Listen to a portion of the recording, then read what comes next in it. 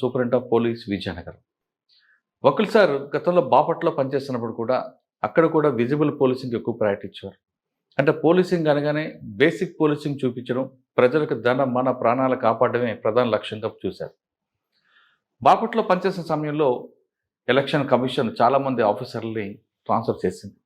కానీ కొంతమందిని మాత్రం ట్రాన్స్ఫర్ చేయలేదు. ఎందుకంటే వాళ్ళ వర్క్ స్టైల్ నచ్చి.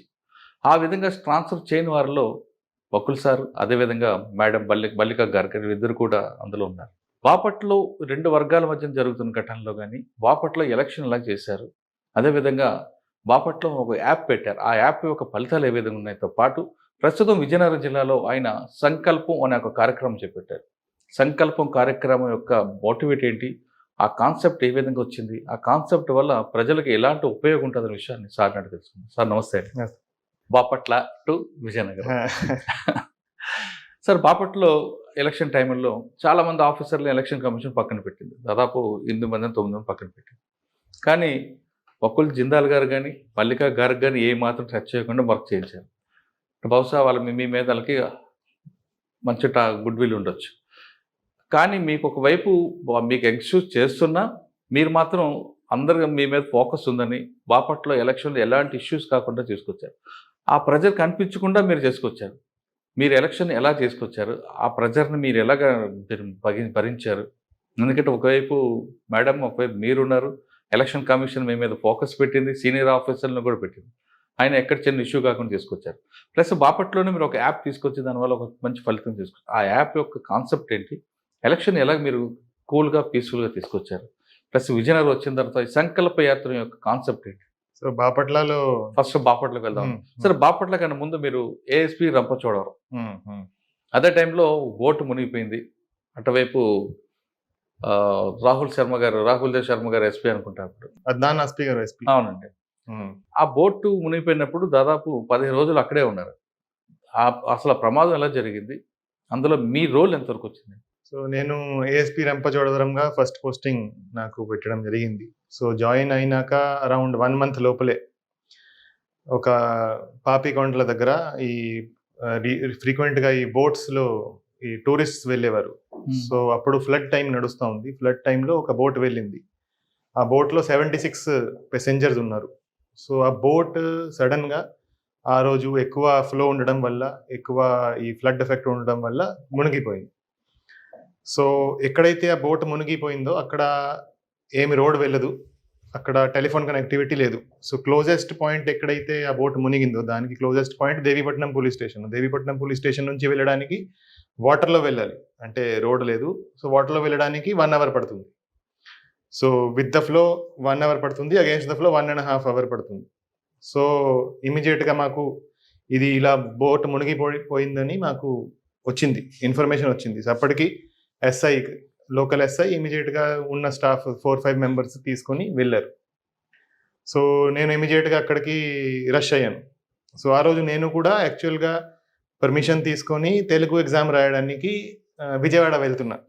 నేను జస్ట్ బండిలో కూర్చుంటున్నా, అప్పుడే ఫోన్ వచ్చింది. అప్పుడు అది క్యాన్సిల్ చేసి నేను నా బండిలో వెళ్ళాను. సో అప్పుడు ఫ్లడ్ టైం కూడా ఉంది. సో ఆ మండల్స్ అన్ని ఫ్లడెడ్ ఉన్నాయి. సో మా బండి కూడా దారిలో ఆగిపోయింది, అంటే మా బండి కూడా వాటర్లో ఆగిపోయింది. సో ఇమీడియట్గా నేనున్నాను, నాతో పాటు నా 2 గన్మెన్లు ఉన్నారు. సో అప్పుడు ఇమీడియట్గా అక్కడ ఒక ట్రాక్టర్ వెళ్తా ఉంది. ఆ ట్రాక్టర్ మేము పట్టుకొని ఏదో విధంగా మేము దేవీపట్నం పోలీస్ స్టేషన్కి రీచ్ అయ్యాం. సో రీచ్ అయ్యేసరికి ఎవరు లేరు పోలీస్ స్టేషన్లో, ఒకడే ఉన్నాడు, సెంట్రీ ఉన్నాడు. అందరినీ తీసుకొని ఎస్ఐ ఆల్రెడీ స్పాట్కి వెళ్ళాడు.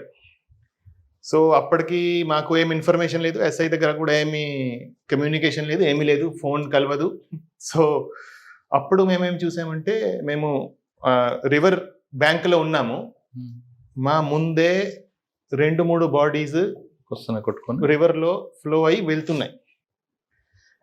సో ఇమీడియట్గా అక్కడ ఒక దగ్గరలో ఒక చిన్న బోట్ ఉంది.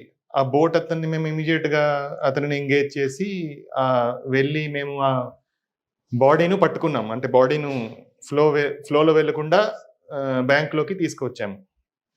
సో అప్పుడే అరౌండ్ 10 మినిట్స్ లోపే ఒక బోట్ వచ్చింది. దాంట్లో అరౌండ్ 16 మెంబర్స్ ఎవరైతే మునిగిపోయారో, మునిగిపోయి అంటే మునగలేదు, వాళ్ళు సేవ్ అయ్యారు.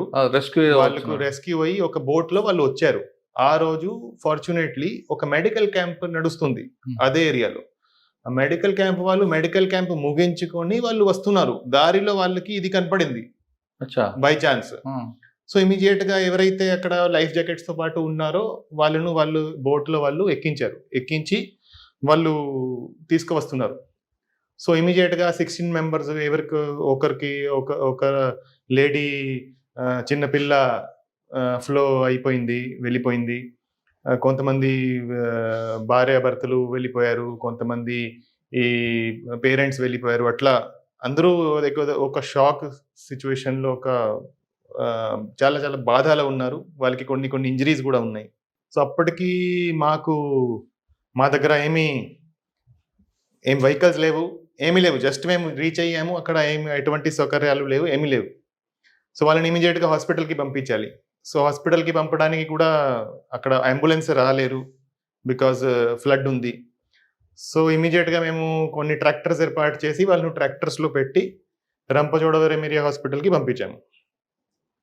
తర్వాత ఇది ఇమీడియట్ గా సీనియర్ ఆఫీసర్స్ కి చెప్పడం జరిగింది.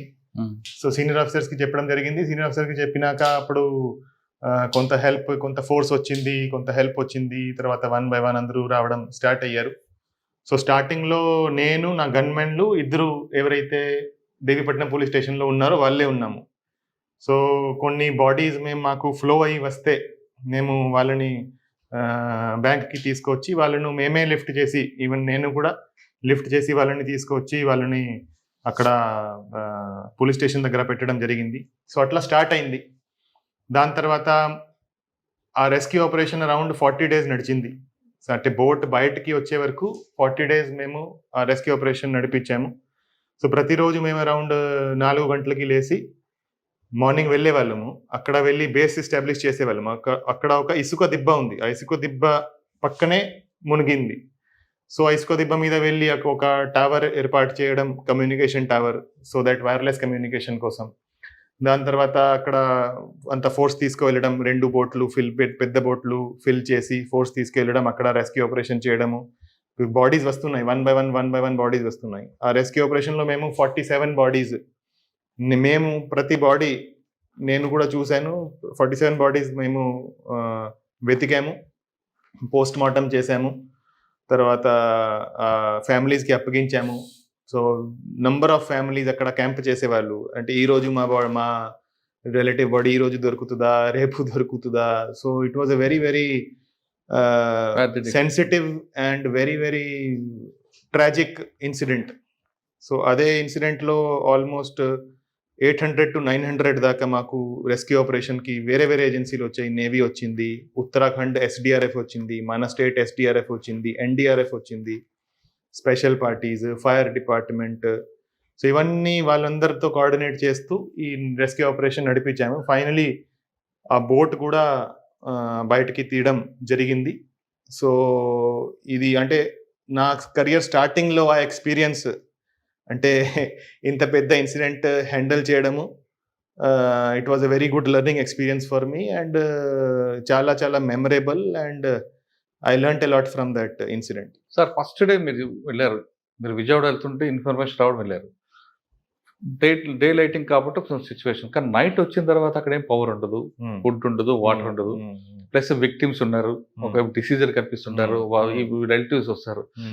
వాళ్ళని కంట్రోల్ చేయడం ఒకటే అయితే వాళ్ళందరికీ వాటర్ మిగతా అవన్నీ కూడా ఇవ్వడం, ఫుడ్ ఏర్పాటు చేయడం, ఈ ఆపరేషన్ ఎలా చేశారండి? First day, second day, third day, fourth day అంటే ఇంక మొత్తం మెన్ పవర్ వస్తుంటది, మీకు ప్రాబ్లం ఉండదు, అసలు కరెంట్ కూడా ఉండదు, ఒకవైపు మావోయిస్ట్ ఎఫెక్టెడ్ ఏరియా. సో అది అంటే చాలా కష్టమైంది. సో స్టార్టింగ్ లో ఫోర్స్ కూడా లేదు, ఎవరైతే ఉన్నారో వాళ్ళతోనే మేనేజ్ చేస్తున్నాము. సో బై నైట్ మాకు కొంతవరకు ఫోర్స్ వచ్చింది. పవర్ లో ఉండదు కదండి, అంటే అక్కడ పవర్ లేదు, కానీ దేవీపట్నం పోలీస్ స్టేషన్ దగ్గర మేము బేస్ ఎస్టాబ్లిష్ చేసాము. సో ఎవరైతే రిలేటివ్స్ వచ్చారు, ఎవరైతే ఫోర్సెస్ వచ్చాయి, అవి అన్ని దేవీపట్నం పోలీస్ స్టేషన్ లో వాళ్ళను పడుకోబెట్టాము. సో అక్కడే వాళ్ళకి ఫుడ్ అరేంజ్ చేసాము.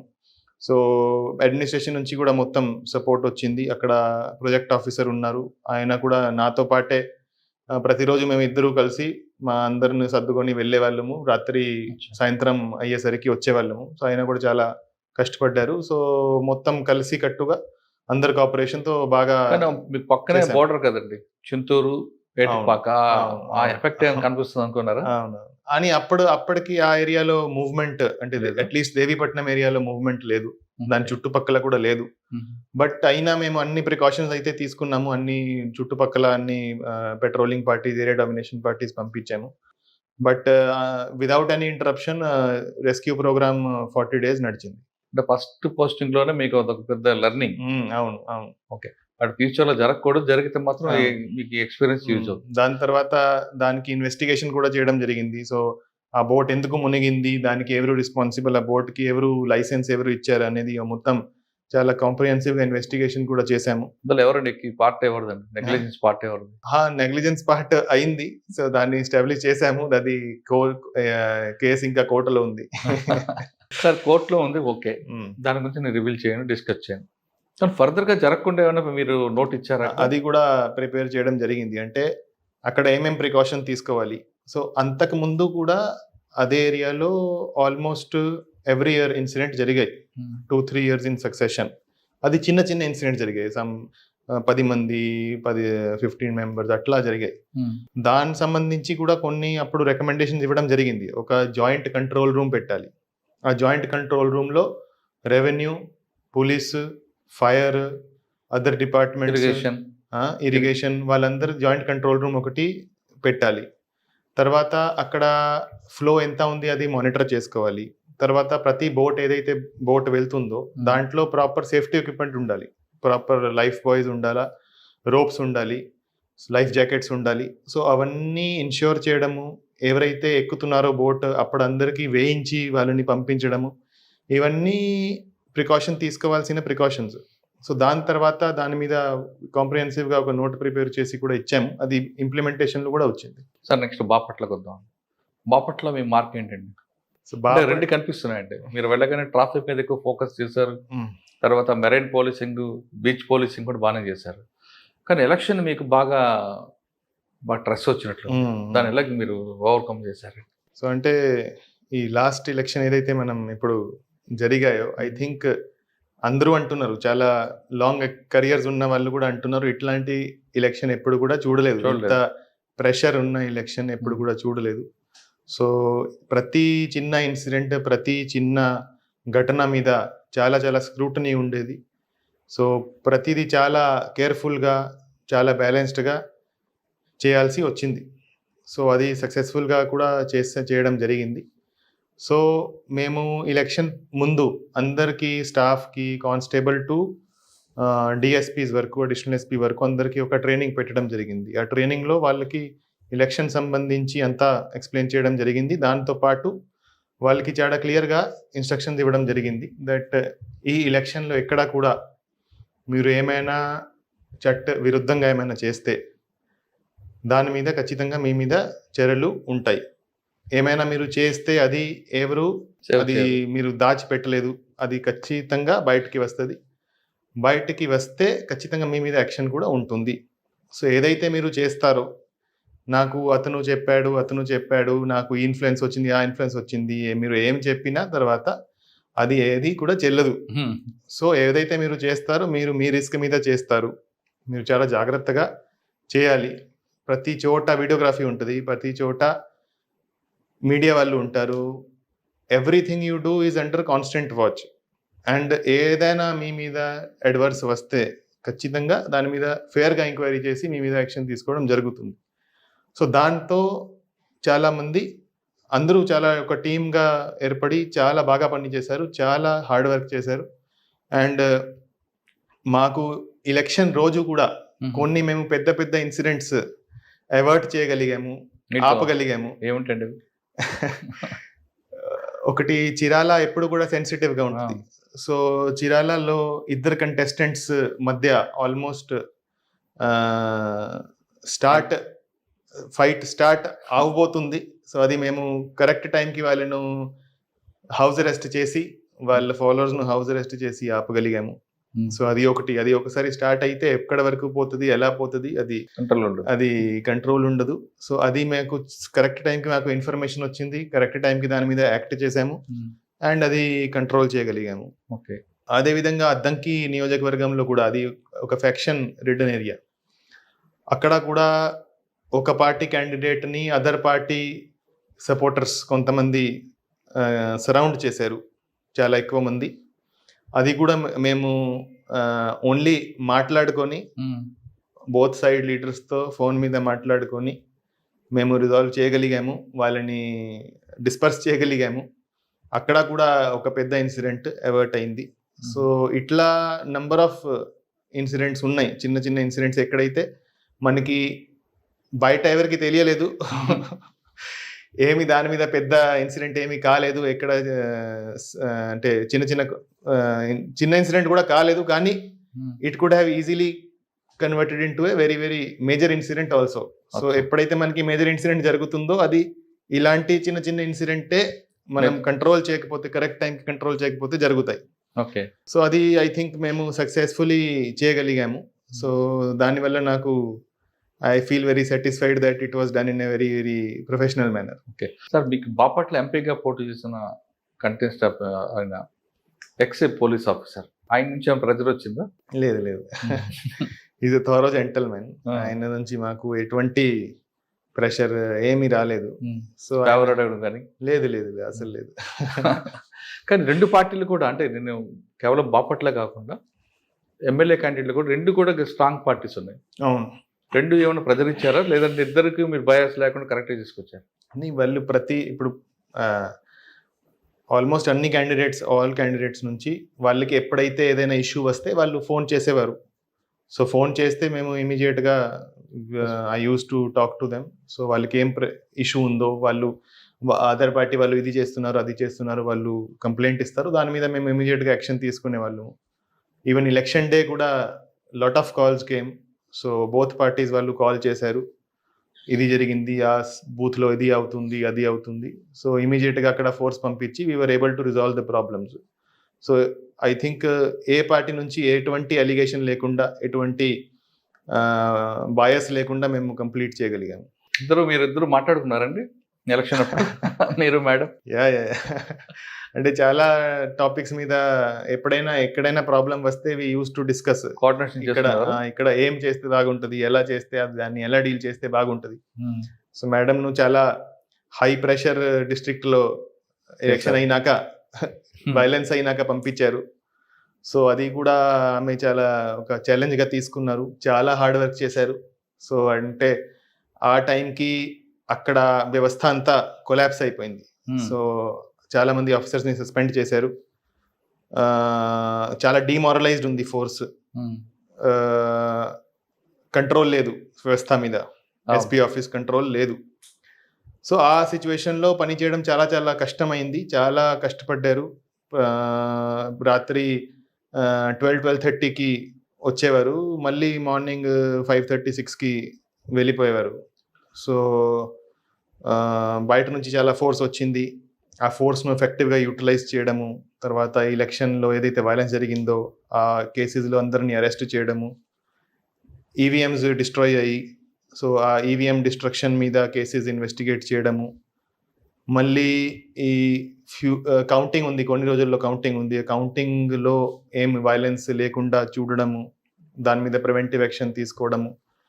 సో ఇవన్నీ ఒకే టైంకి చేయడం చాలా చాలా it was a big challenge, but I think she was able to do it successfully.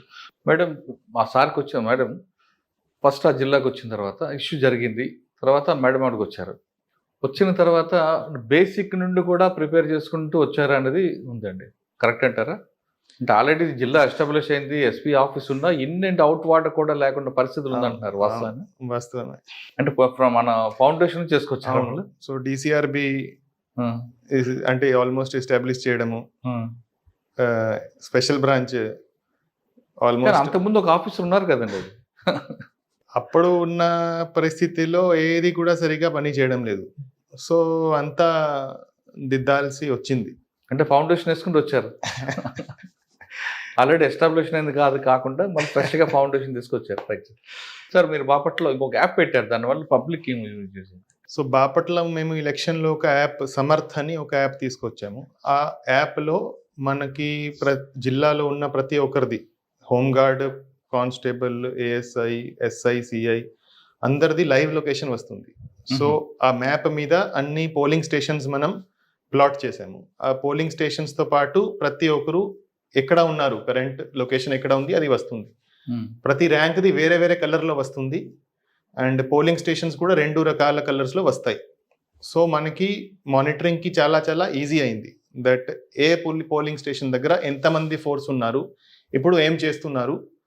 ఎక్కడైనా మనకి law and order problem start అయిందంటే ఇమీడియట్గా ఆ యాప్లో ఒక SOS బటన్ ఇచ్చాము. ఆ SOS బటన్ నొక్కితే మ్యాప్లో ఆ పర్సన్ రెడ్ కలర్ అయిపోతారు. అదేవిధంగా మనకి ఒక ఫోన్ కాల్ వస్తుంది, ఆటోమేటిక్ ఫోన్ కాల్ వస్తుంది, ఫలానా ఫలానా చోట ఒక ప్రాబ్లం జరుగుతూ ఉంది, ఇమీడియట్గా ఫోర్స్ పంపమని మనకి కాల్ వస్తుంది. ఒక SMS కూడా కంట్రోల్ రూమ్కి వస్తుంది. సో కంట్రోల్ రూమ్ నుంచి మనం ఇమీడియట్గా బటన్ ప్రెస్ అయినాక చూస్తాము అక్కడ చుట్టుపక్కల ఎవరెవరు ఉన్నారు, క్లోజెస్ట్ ఫోర్స్ ఎక్కడ ఉంది. సో ఆ క్లోజెస్ట్ ఫోర్స్ వాళ్ళకి ఫోన్ చేసి ఇమీడియట్గా ఆ ప్రాబ్లమాటిక్ ఏరియాకి పంపడం జరిగింది. సో దానికి మాకు చాలా ఉపయోగపడింది. అంటే నార్మల్గా ఎలక్షన్లో మన ఫోర్స్ చాలా డిస్ట్రిబ్యూటెడ్ ఉంటుంది, through out the district distributed ఉంటుంది. ప్రతి ఒక్క పోలింగ్ స్టేషన్ దగ్గర ఈవెన్ ఒకరు కూడా ఉంటారు. సో ఏమైనా ప్రాబ్లం జరిగితే ఇమీడియట్గా మనకి కంట్రోల్ చేయగలిగిన ఫోర్స్ ఉండదు ఎలక్షన్లో. Because number of polling stations ఉంటాయి, స్ప్రెడ్ అవుట్ ఉంటుంది. సో ఎప్పుడైనా ఏమైనా ప్రాబ్లం జరిగితే నియరెస్ట్ ఫోర్స్ ఎక్కడ ఉంది, వాళ్ళు మినిమం టైంలో రీచ్ అవ్వగలగాలి. దానికి ఈ యాప్ చాలా చాలా ఉపయోగపడింది. సో దాంతో పాటు ఈ యాప్లో మేము ఎలక్షన్ కమిషన్ ఇచ్చిన అంత ట్రైనింగ్ మెటీరియల్ కూడా పెట్టాము. సో ఎవరికైనా ఏమైనా ఎప్పుడైనా వాళ్ళు చెక్ చేయాలంటే, ఏమైనా రూల్ చెక్ చేయాలంటే, ఏమైనా ఈ సిచ్యువేషన్లో ఏం చేయాలని చూడాలంటే ఇమీడియట్గా చూసుకోవచ్చు. అదేవిధంగా ఎలక్షన్ సంబంధించి ఏదైతే మనకి పిటిషన్స్ వస్తుంటాయి, ఆ పిటిషన్స్ సంబంధించి ట్రాకింగ్ కూడా దాంట్లో పెట్టాము. అంటే ప్రతి ఒక్క ఆఫీసర్కి మనం ఎండార్స్ చేస్తాము, దాని మీద ఎంక్వైరీ చేసి వాళ్ళు రిప్లై ఇస్తారు, యాక్షన్ తీసుకుంటారు. అది కూడా లైవ్ మానిటరింగ్కి ఒక డాష్ బోర్డ్ ఇవ్వడం జరిగింది. సో దాంతోపాటు ఈ SOS బటన్ పెట్టడం జరిగింది. సో ఇది మాకు చాలా చాలా ఉపయోగపడింది. సో దీనివల్ల ఎలక్షన్ రోజు ఇది యూజ్ చేసాము, ఎలక్షన్ ముందు యూజ్ చేసాం, కౌంటింగ్ రోజు కూడా యూజ్ చేశాం. సో ఆల్మోస్ట్ 4,000 మంది మా జిల్లాలో ఈ యాప్ను యూజ్ చేశారు. సో దానివల్ల మాకు ఇన్ఫర్మేషన్ ఫ్లో చాలా త్వరగా వచ్చేది. అంటే నార్మల్ సర్కమ్స్టాన్సెస్లో ఎక్కడో ప్రాబ్లం స్టార్ట్ అవుతుంది, అది మనకి ఎస్పీకి తెలియడానికి టైం పడుతుంది. దీంట్లో ఇమీడియట్ గా అతను ఫోన్ లో లాగ్డ్ ఇన్ ఉంటుంది యాప్, ఇమీడియట్ గా బటన్ నొక్కితే మనకి కంట్రోల్ రూమ్ లో ఎస్పీకి తెలిసిపోతుంది. సో ఇమీడియట్ గా ఫోర్స్ పంపించవచ్చు. సో దాని వల్ల కూడా మేము చాలా ప్రాబ్లమ్స్ అవాయిడ్ చేయగలిగాము. ఇదే యాప్ CEO గారికి అప్పుడు ముఖేష్ మీనా సార్ కి కూడా చూపించడం జరిగింది, ఆయన కూడా చాలా అప్రిషియేట్ చేశారు. సిమిలర్ యాప్ ఎలక్షన్ కమిషన్ కోసం, అంటే మన స్టేట్ ఎలక్షన్ కమిషన్ లో వాళ్ళు కూడా తయారు చేశారు సిమిలర్ యాప్. అంటే వాళ్ళకి సెక్టర్ ఆఫీసర్స్ ఉంటారు, ఆ సెక్టర్ ఆఫీసర్స్ దగ్గర EVMs ఉంటాయి. ఎక్కడైనా EVM లో ప్రాబ్లం వస్తే ఆ EVM రిప్లేస్ చేయడానికి వాళ్ళు వెళ్తారు. వాళ్ళకి కూడా అందరు సెక్టర్ ఆఫీసర్స్ కి సిమిలర్ యాప్ తయారు చేసి సేమ్ ఫీచర్స్ తో ఇవ్వడం జరిగింది. సో ఈ టెక్నాలజీ వాళ్ళు అడాప్ట్ చేసుకున్నారు, వాళ్ళు కూడా సేమ్ టు సేమ్ యాప్ తయారు చేశారు, మొత్తం స్టేట్ వైడ్ ఇంప్లిమెంట్ కూడా చేశారు. అండ్ ఇదే యాప్ ఆయన మిగతా SPs కి కూడా యూజ్ చేయమని చెప్పారు. సో ఈ మిగతా జిల్లాల్లో కూడా కొన్ని జిల్లాల్లో ఈ యాప్ యూజ్ చేయడం జరిగింది. సో ఈ యాప్ వల్ల మనకి చాలా ఫోర్స్ ప్రాపర్ టైంలో రీచ్ మనం పంపించగలిగాం. యాప్ డిజైనర్ ఎవరండి? సో యాప్ డిజైనర్ మాకు ఒక శ్రీనివాస్ గారు అని చిరాలలో, ఆయన హైదరాబాద్లో ఉంటారు. ఆయనతో మేము స్పెసిఫికేషన్ ఇచ్చి డిజైన్ చేయించాము, మా కోసమే డిజైన్ చేశారు. పక్కన ఒంగోలుకి కానీ మాచాల సరపడగలదా?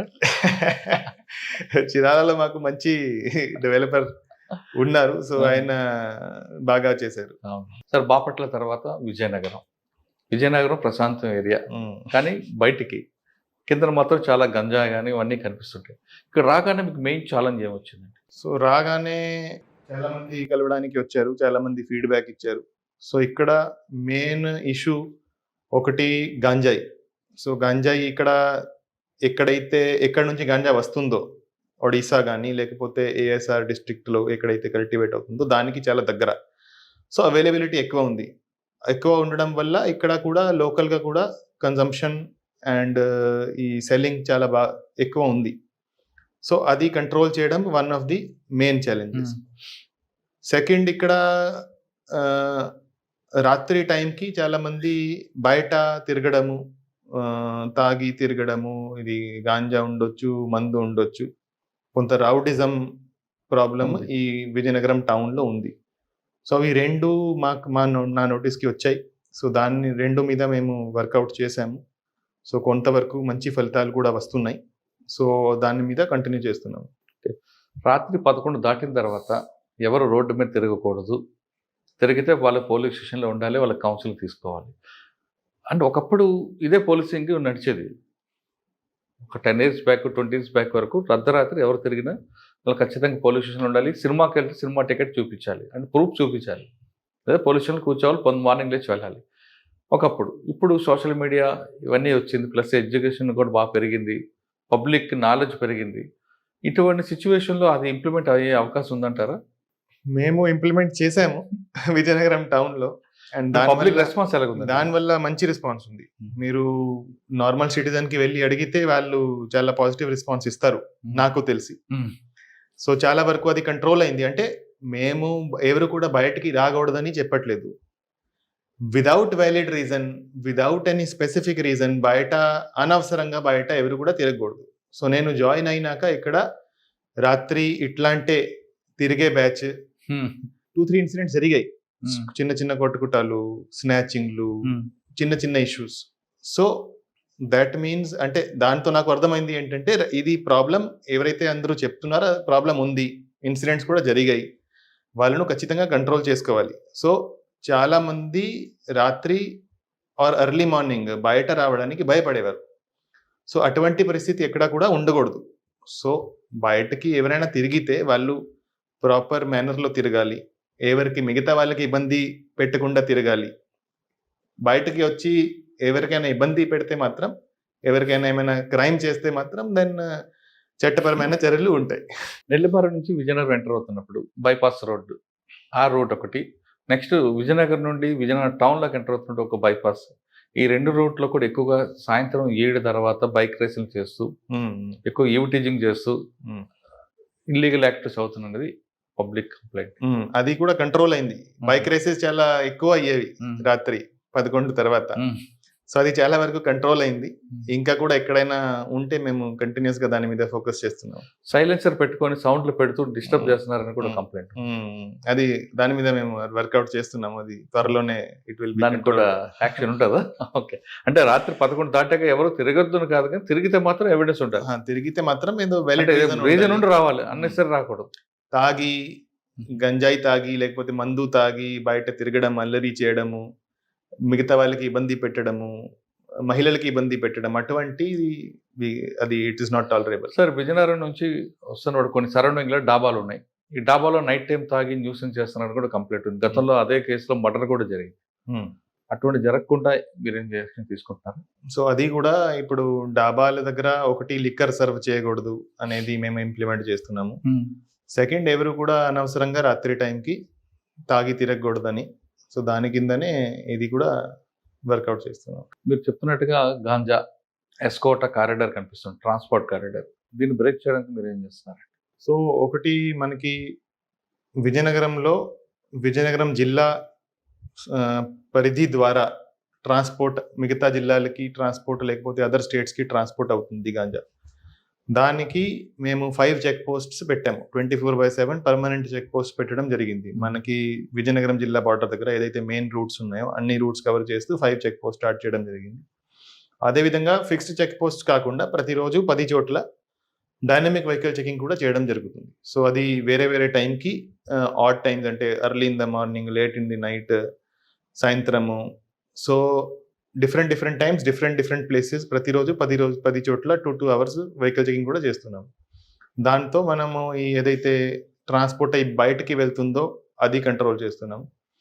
అదేవిధంగా ఈ లోకల్ కన్జంప్షన్, లోకల్ అమ్మడము, దాన్ని కంట్రోల్ చేయడానికి గాంజా టీం ఒకటి మేము పెట్టాము.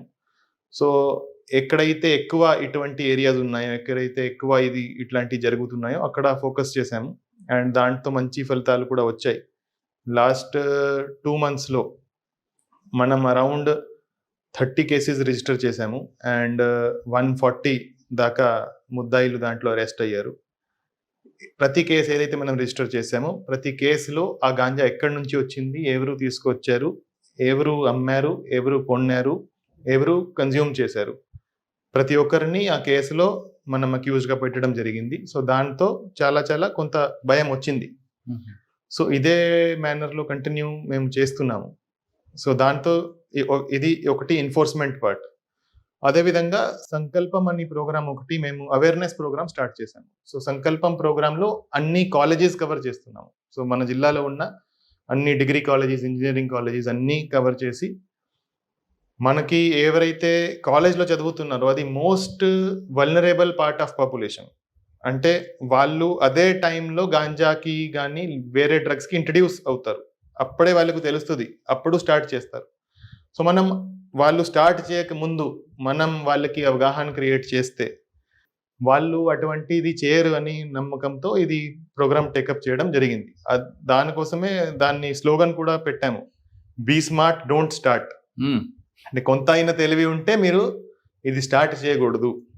సో దానికి సంబంధించి ప్రతి కాలేజ్లోకి వెళ్ళి ఒక మంచి పవర్ పాయింట్ ప్రెజెంటేషన్ తయారు చేశాము. దాంట్లో ఎన్ని రకాల డ్రగ్స్ ఉంటాయి, ఏ డ్రగ్ కన్జ్యూమ్ చేస్తే ఏమవుతుంది అది కాదు, ప్రాక్టికల్ విషయాలు.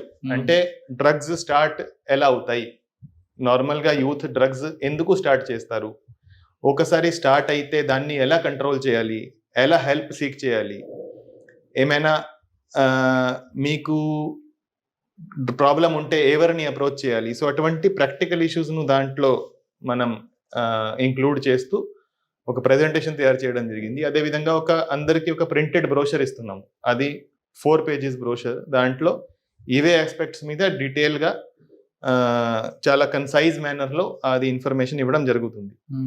సో మా ఉద్దేశం ఏంటంటే చాలా మందికి ఈ డ్రగ్స్ గురించి తెలియదు.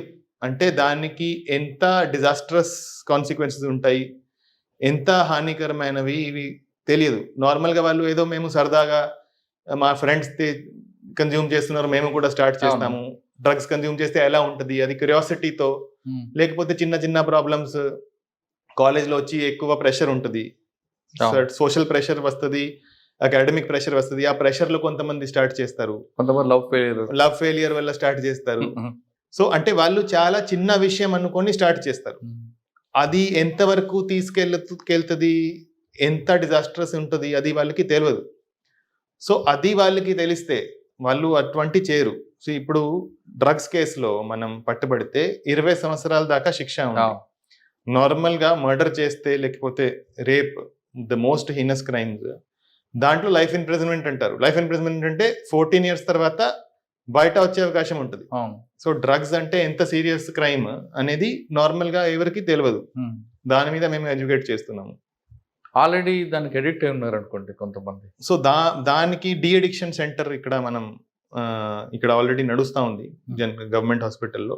దానికి కొంతమందిని మేము అడ్మిట్ కూడా చేయించాము. సో వాళ్ళకు ఎవరైతే అడిక్ట్ అయి ఉన్నారో వాళ్ళకి హెల్ప్ చేస్తున్నాము. ఎవరైతే జస్ట్ స్టార్ట్ చేశారో వాళ్ళు ఎడ్యుకేట్ అయ్యి వాళ్ళు వదిలేస్తారు మేము ఆశిస్తున్నాము.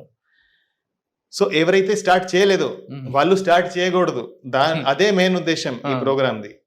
సో అందరికీ అవగాహన ఉంటే ఖచ్చితంగా వాళ్ళకి కొంతైనా తెలివి ఉంటే ఎవరు కూడా అన్ని తెలిసినాక ఎవరు కూడా చేయరు. నార్మల్గా ఇప్పుడు మనకి ఏమైనా జాబ్ వస్తే పోలీస్ వెరిఫికేషన్ ఉంటుంది, అది ఎవరికి తెలియదు. ఏమైనా పాత క్రిమినల్ చిన్న ఈ డ్రగ్ కేసు ఉంటే, లేకపోతే ఏమైనా చిన్న బాడీలీ అఫెన్స్ కేసు ఉంటే, పెట్టి కేసులు ఉంటే, అది దానివల్ల మనకి జాబ్ వచ్చినాక కూడా వాళ్ళు మనకి తీసుకోరు. పోలీస్ వెరిఫికేషన్లో కేసు వస్తుంది, వాళ్ళు యాక్సెప్ట్ చేయరు. సో అది కూడా వాళ్ళకి చెప్తున్నాము, మీరు ఏమైనా డ్రగ్స్ కన్జ్యూమ్ చేసి ఏమైనా పట్టుబడితే, లేకపోతే డ్రగ్స్ కోసం డబ్బు కావాలి, ఆ డబ్బు కోసం కొంతమంది చిన్న క్రైమ్ స్టార్ట్ చేస్తారు. సో దానివల్ల మీరు ఏమైనా క్రైమ్ చేస్తే మీ జీవితం నాశనం అయిపోతుంది, మీ ఫ్యూచర్ నాశనం అయిపోతుంది అని కూడా ఎడ్యుకేట్ చేస్తున్నాము. సో మా నమ్మకం ఏంటంటే ఇదంతా తెలిసినాక ఎవరైతే స్టార్ట్ చేయలేదో వాళ్ళు చేయరు. అంటే మీ ఆబ్జెక్టివ్ మంచిది కనిపిస్తుంది, అది ఇంప్లిమెంట్ అవుతుందా అన్నది. ఖచ్చితంగా అవుతుంది. ప్రతి ఒక్కరు ఒక రేషనల్ హ్యూమన్ బీయింగ్. ప్రతి ఒక్కరు ప్రతి పని చేసే ముందు కొంత అయినా ఆలోచిస్తారు. సో కొంత అయినా ఆలోచన ఉంటే ఖచ్చితంగా దాని మీద దాని ఇంపాక్ట్ అవుతుంది. కానీ విజయనగరం జిల్లాలో ఎక్కువగా ఈవి టీచింగ్ కేసులు ఎక్కువ అవుతుంటాయి. అంటే మీ కేసులు పోలీస్ స్టేషన్‌కి వచ్చి కొన్ని ఉంటాయి. రాకుండానే కొన్ని కాంప్రమైజ్ అవుతుంటారు.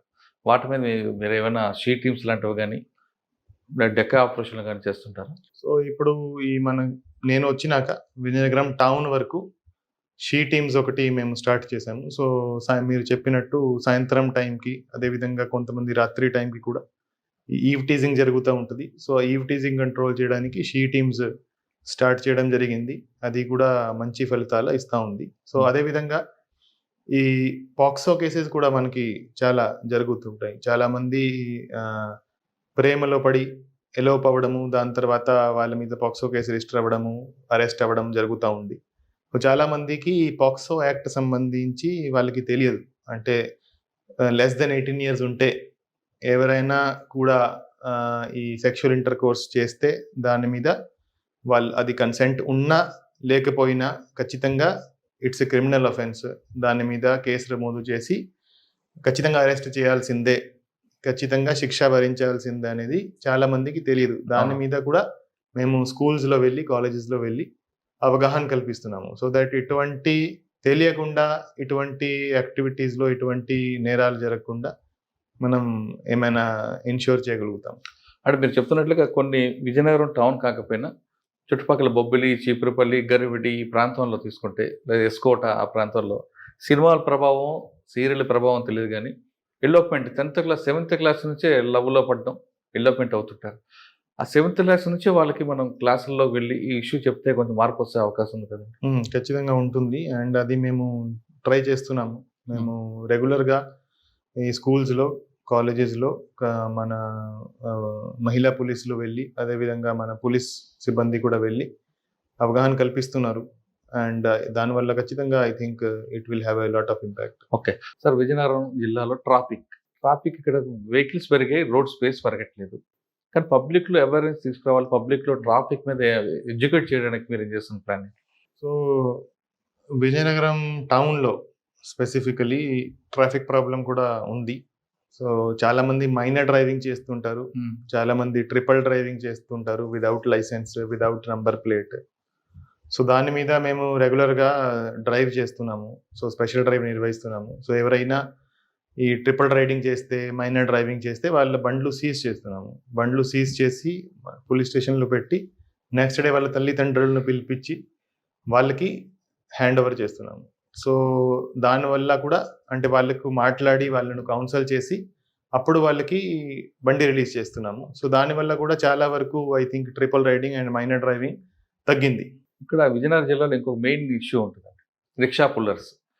వాళ్ళకి అవగాహన లేకపోవడం వల్ల ఇంత గల్లీ ఉన్నా అందులో వాడు వెళ్తాడు, వాళ్ళతో ఎక్కువగా ప్రాబ్లమ్స్ వస్తుంటాయి. వాళ్ళకి ఎడ్యుకేట్ చేయడం అనేది చేస్తున్నారా? సో ఈ ఆటో డ్రైవర్స్, ఆటో ఒకటి, rickshaw pullers, auto and rickshaw ఇది చాలా పెద్ద ప్రాబ్లమ్. సో దాని మీద కూడా మేము ఆటో డ్రైవర్స్ ను అందరిని ఒక రోజు పిలిపించి వాళ్ళతో మీటింగ్ పెట్టడం జరిగింది. నేను కూడా మాట్లాడాను. సో వాళ్ళు ఎక్కడ కూడా అంటే నో పార్కింగ్ ఏరియాస్లో ఆపి ప్యాసెంజర్స్ ఎక్కించడము, తర్వాత ట్రాఫిక్ రూల్స్ పాటించకపోవడము, ఆటో స్టాండ్ కాకుండా అన్ని చోట్ల పార్క్ చేసి చేయడము. సో అవన్నీ చేస్తే వాళ్ళ మీద కఠినమైన చర్యలు ఉంటాయని వాళ్ళకు కూడా చెప్పడం జరిగింది. రిక్షా పుల్లర్స్ ఇంకా చేయలేదు. సార్ మీకున్న సబ్ డివిజన్లో ఏది టిపికల్గా ఉందండి? విజయనగరం, చీపురుపల్లి, విజయనగరం సబ్ డివిజనే పెద్ద సబ్ డివిజన్, బొబ్బిలి 3 దాంట్లో. అండ్ అక్కడే క్రైమ్ కూడా ఎక్కువ అవుతుంటది. సో ఈ కొత్త వలస, ఎస్కోట ఏరియా, అదేవిధంగా భోగాపురం ఎయిర్పోర్ట్ ఏరియా కూడా విజయనగరం సబ్ డివిజన్ లోనే వస్తుంది. సో విజయనగరం పెద్ద సబ్ డివిజన్, అక్కడ క్రైమ్ కూడా ఎక్కువ. అదేవిధంగా బొబ్బిలి కూడా టిపికల్ సబ్ డివిజన్, మీరు చెప్పినట్టు అక్కడ ఈవ్ టీజింగ్ కేసెస్, ఇటువంటి పాక్సో కేసెస్ ఎక్కువ రిపోర్ట్ అవుతుంది. ఎల్లోప్మెంట్ ఎక్కువ ఉంటుంది. అవును. ఇక్కడ మరి వాటి మీద మీ ఫోకస్ ఉంటుందా? ఎస్. సార్ బొబ్బిలి దాటిన తర్వాత ఏఎస్ రాజు, సారీ భారత్ మన్యం జిల్లా, అక్కడ కూడా కొంత ఎఫెక్ట్ ఉండే, ఒకప్పుడు ఉండేది. అదేమైనా ఎదురవుతుందా మీకు? అది ఇప్పుడు as of now left wing extremism even పార్వతీపురంలో కూడా చాలా తక్కువనే ఉంది, ఆల్మోస్ట్ నెగ్లిజిబుల్. విజయనగరం జిల్లాలో అసలు లేదు. సో అటువంటి ప్రాబ్లం మాకు యాజ్ ఆఫ్ నౌ లేదు. ఓకే. చీపురుపల్లి ఆ ప్రాంతం పరిస్థితి ఏంటండి? చీపురుపల్లిలో కూడా ఈ ఒక ఫ్యాక్షన్ విలేజ్ ఉంటుంది చీపురుపల్లిలో. లక్ష్మీపేట, లక్ష్మీపురం. లక్ష్మీపురం. సో అక్కడ కూడా అప్పుడు ఒక ఇన్సిడెంట్ జరిగింది. అవును. ఎస్సీస్ అండ్ బీసీస్ మధ్య అది ఇప్పటికీ కోర్టులో ఉంది. ఎప్పటికైనా అది బ్లాస్ట్ అవ్వచ్చు. సో అది ఉంది. దాని మీద కంటిన్యూస్ గా వాచ్ చేస్తున్నాము. ఆ కేసు కూడా కోర్టులో నడుస్తుంది. ప్రతి వాయిదాకి మేము బందోబస్తు వేసుకుంటున్నాము. సో వాళ్ళతో మాట్లాడుతున్నాము. అక్కడ మీటింగ్లు కూడా పెడుతున్నాము. బైండ్ ఓవర్ చేస్తున్నాము. సో దాని మీద కంటిన్యూస్ గా మా వాచ్ ఉంటుంది. అదేవిధంగా దాని చుట్టుపక్కల ఏరియా కూడా చాలా సెన్సిటివ్ ఏరియా. అంటే రాజం ఏదైతే మనకి శ్రీకాకుళం నుంచి వచ్చిందో, so Rajam and Rajam surroundings, అదేవిధంగా చీపురుపల్లి, గరివిడి, సో చాలా సెన్సిటివ్ ఏరియాస్. అక్కడ కూడా కొంత ఇది రౌడిజం ప్రాబ్లం కొంతవరకు ఉంది. అదేవిధంగా ఈ క్రైమ్ అగేన్స్ట్ ఉమెన్ కూడా కొన్ని ఐసోలేటెడ్ ఏరియాస్ ఉన్నాయి, అక్కడ కొంత జరుగుతుంటది. సో దాని మీద కూడా ఫోకస్ చేస్తున్నాం. ఓకే. హైవే ఒకటి ఉందండి. హైవే మీద మీరు ఫోకస్, ఎందుకంటే ఎక్కువ యాక్సిడెంట్ జరిగే జోన్ అంతా మీ దగ్గర ఉంది. పూచిపాటి రేగ, భోగాపురం. అదే ఇప్పుడు NH16 ఒకటి మన జిల్లా ద్వారా పోతుంది. అదేవిధంగా NH26 కూడా ఈ విజయనగరం, బొబ్బిలి ద్వారా పోతుంది. సో 2 హైవేస్ మీద యాక్సిడెంట్స్ రెగ్యులర్గా జరుగుతున్నాయి. సో యాక్సిడెంట్స్ మనం ఎలా తగ్గించగలమో దాని మీద కూడా మేము స్టెప్స్ తీసుకుంటున్నాము. సో నార్మల్గా మనకి ఎక్కడైతే ఈ డిస్ట్రిక్ట్ రోడ్స్, చిన్న చిన్న రోడ్స్, విలేజ్ రోడ్స్ వచ్చి కలుస్తాయో హైవేకి, అక్కడ మనకి యాక్సిడెంట్స్ జరుగుతాయి. సో అవన్నీ రోడ్స్ మీద స్పీడ్ బ్రేకర్ పెట్టేటట్టు మేము చర్యలు తీసుకుంటున్నాము.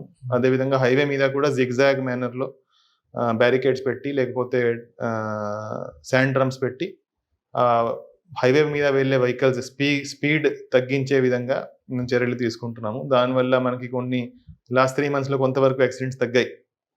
సో రాబోయే రోజుల్లో ఇంకా ఇంటెన్సిఫై అది చేస్తాము. అండ్ యాక్సిడెంట్స్ కూడా ఎలా తగ్గించాలో దాని మీద కూడా మేము వర్కౌట్ చేస్తున్నాం. ఓకే సార్, మీ దగ్గర ఎక్కువ రైల్వే స్టేషన్ కనిపిస్తాయి మీ జిల్లాలో. విజయనగరం, బొబ్బిలి, చీపురుపల్లి, గరివిడి కంటిన్యూస్ స్టేషన్ ఉంటాయి. ప్రతి రైల్వే స్టేషన్కి బ్యాక్ సైడ్ ఇల్లీగల్ యాక్టివిటీ జరుగుతున్నాయి, మాకు కొంచెం హెల్ప్ చేయండి అంటే చాలా మంది అడుగుతున్నారు. ఇప్పుడు మీరు చెప్పినట్టు విజయనగరం రైల్వే స్టేషన్ దగ్గర ఎక్కువ ఈ గాంజా యాక్టివిటీ ఉండేది. విజయనగరం కానీ బొబ్బిలి, చీపురుపల్లి, రైల్వే స్టేషన్స్.